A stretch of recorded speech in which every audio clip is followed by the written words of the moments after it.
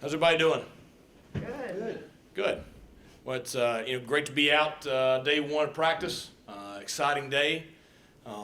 It's just good to be back together and a little bit more normal. We may not be completely normal just yet, in this country or in this region, but it's good to be a little bit closer to doing what we are accustomed to doing this time of the year. So, good enthusiasm, good effort from the kids. Had a lot of the first day stuff. I told the players that the thing that's just so glaring right now is you have those young guys from last year that got a lot of experience. Okay, now they look at they're not as bright-eyed out there, and you have the new guys or the young guys are just coming in, and they're like a deer in the headlight out there today. So it's refreshing to have the experience coming back that we do have from the guys that played so much last year. So day one's in the books.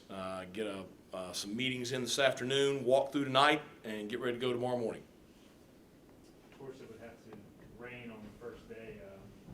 Do you like a little bit of rain, though, not if it's not too much? Or do you guys have to be careful with maybe on the turf and everything? Well, just the thing you don't want to do day one is just rip up your grass fields. I mean, we've stayed off of them for over a month to make sure that they're in shape. So you had to be a little bit careful, and it gets a little congested with the whole team on the turf, so you can't do that because of safety. So it's but it's good. It's good to get some moisture. It makes people work on handling a wet ball. I don't ideally want it day one with guys that are first college practice with some of them, but hey, it is what it is. They had to deal with it, and we got through and functioned just fine. Coach, you've made really good use of the new transfer rules and the transfer market. What are some of these guys going to be able to do for you coming in this fall a little bit? What's the general feeling overall? Well, I mean, I think that some of them are going to help us. I think that there's still some unknown about. The guys that were with us in the spring, there's a little bit more known. But you're sitting here day one in helmets. I mean, I don't know how much I can tell about some of the kids just yet. Ask me that question here in about 2 weeks. From when you ended the spring game to today, what maybe progress physically, mentally, what did they kind of stand out at that point to now? Bigger, faster, stronger. We're in better shape. We look a heck of a lot better. I think continued mental progression as far as just some mental discipline, mental toughness, camaraderie. I think those are the biggest things. And it just comes from having a couple of months of training together. You're big on physicality. NCAA sounded made a change as far as the number of contact days and all that sort of stuff. What are kind of your feelings on that, and how do you approach that with wanting to promote physicality but also safety at the same time? Well, to be honest, it's not going to change us a ton. We have a few less full padded days during preseason camp, but a lot of the things that we have done in the past, won't change. I think that all of us, I say us, the head football coaches that run camps, you got to get that contact in, because that protects the kids too. If you don't have enough contact during preseason camp, you go out there, you'll be beat up by week 3 because they're not used to the physicality of the game, and you're probably not going to play very well. So it's just always the fine line of you have to get enough contact, you have to get enough physicality, you have to get enough, reps and all that stuff during preseason camp, and be healthy and be fresh and ready to go when the opener gets here. What are some of the things you want to tweak and get better at as you go to shells and then go to full pads?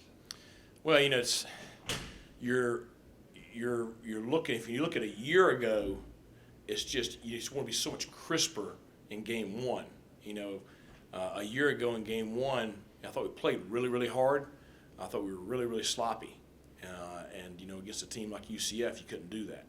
So I think with some of the guys that have experience coming back, I just want to see a much crisper execution as we get on into the padded days and get into week 2 of practice and all that stuff, as compared to where we were a year ago.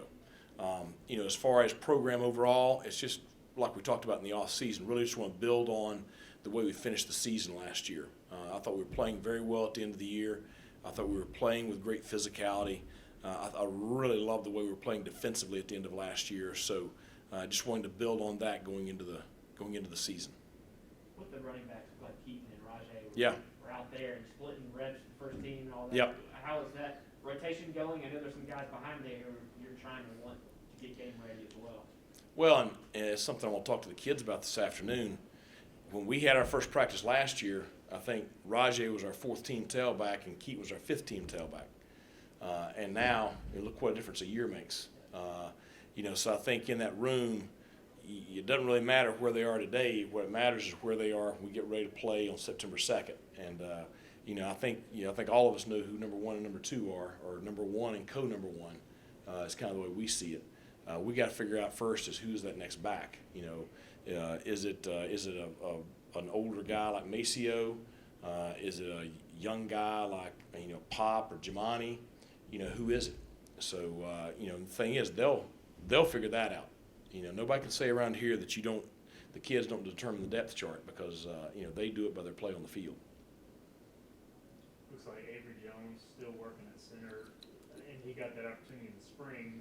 What progress have you seen him make there? And then kind of take us through the conversations of, hey, do we want Fernando back at center or keep working Avery there? Right. Well, I mean, we know Fernando can play there, start there, do a great job there. What you're trying to do is get your best lineup on the field and fit guys. We have the luxury for the first time since I've been here of, you have 2 pretty solid groups of offensive linemen.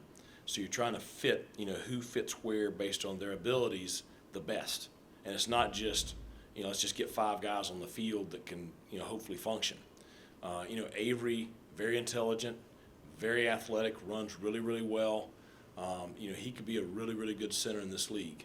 Fernando can play center. Fernando can be a really good guard in this league. So you're just trying to figure out where they function best. Same thing with Nishad. Same thing with Trent. A lot of those guys that have some flexibility positionally. You're just trying to figure out where they fit best and get our best lineup and the next 3 or 4 guys ready. Coach, do you have to pull back the effort some on day one from some guys that want to go 100 miles an hour right out the gate? It's kind of a mixed bag. You have those guys. I'm worried about Demetrius Mooney tackling somebody on day one, and then Bruce Bivens bringing the hammer right, on day one. yeah, but we didn't have anything too bad today. But you had those guys, and then you got, like I talked about before, you have maybe a younger guy that's not real sure of himself yet, and you got to try to speed them up. So it's pretty common day one stuff today. They'll kind of fall into a rhythm here in the next couple of days. But I'd rather be pulling them back than trying to speed them up, especially with the older guys. With these guys getting an extra year, you've got a whole year of experience out of a lot of them last year, a free year of experience. What's that going to do for you guys coming into this season a little bit and in the future? It seems like it's going to set you up well for moving forward. Well, for the first time since I've been here, we're going to take the field with 85 scholarships, and because of the COVID seniors. That first year I think I played with 72 or something like that. So, that whole deal is going to benefit us. It's great because now all of a sudden, Jason Shuford played a lot last year and he's got 5 years to play for. Now, is he going to be here that whole time? I don't know because, those guys are going to graduate, before their eligibility's up now. I'm just happy we got him here now. But I do think, for the program overall, this whole mess is going to benefit us roster management-wise. I know you've seen a lot of stuff coming out of other places around the country about, how they're struggling to manage their roster because of this. And that's going to be an issue with the high school recruits and having enough places to go in the next couple of years. But for us, it's going to be something to help us fix everything. The preseason poll came out today. Do you feel that Cincinnati is the favorite, and do you show your team where East Carolina ranked in that thing? Well, I haven't seen the preseason poll, so I have no clue. They got you at 8. But it doesn't matter what the preseason poll says. It matters what the postseason poll says. Last time I checked, that's the most important one. But I do think Cincinnati is, until somebody knocks them off, they're the best team in the league. They won the league championship last year. I thought they were the best team we played last year. Certainly they're the preseason favorite. But this is a tough league. This league has a lot of depth.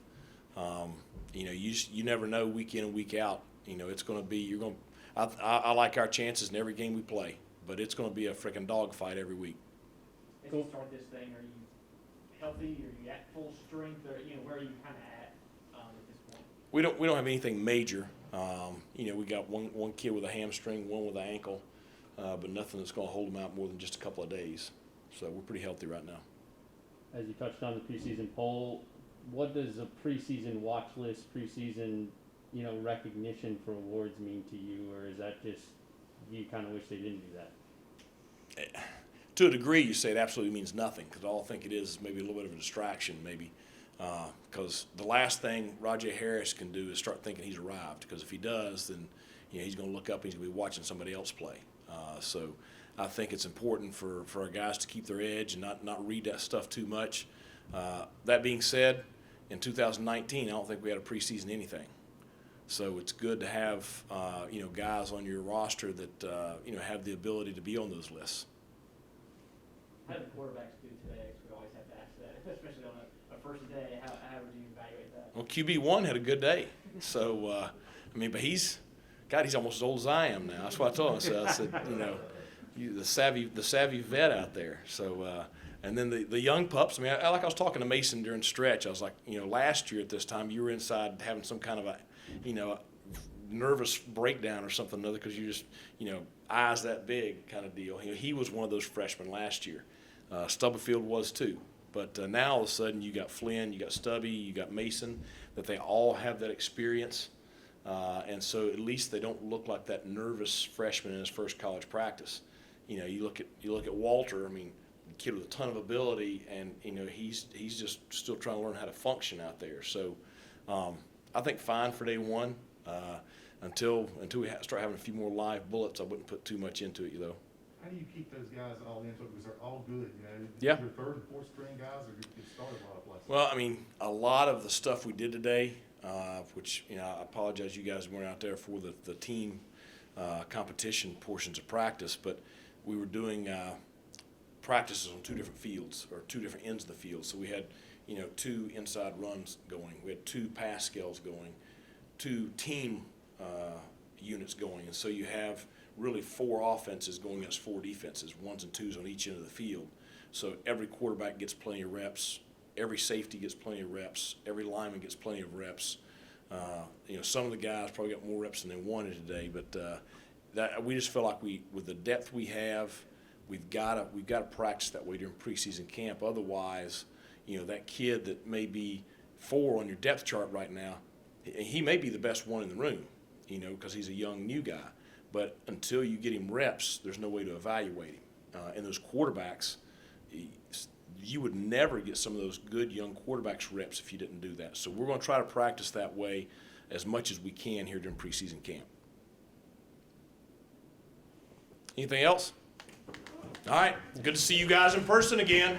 Glad I'm not looking at you through a freaking screen. I'll see you this afternoon. That's a true.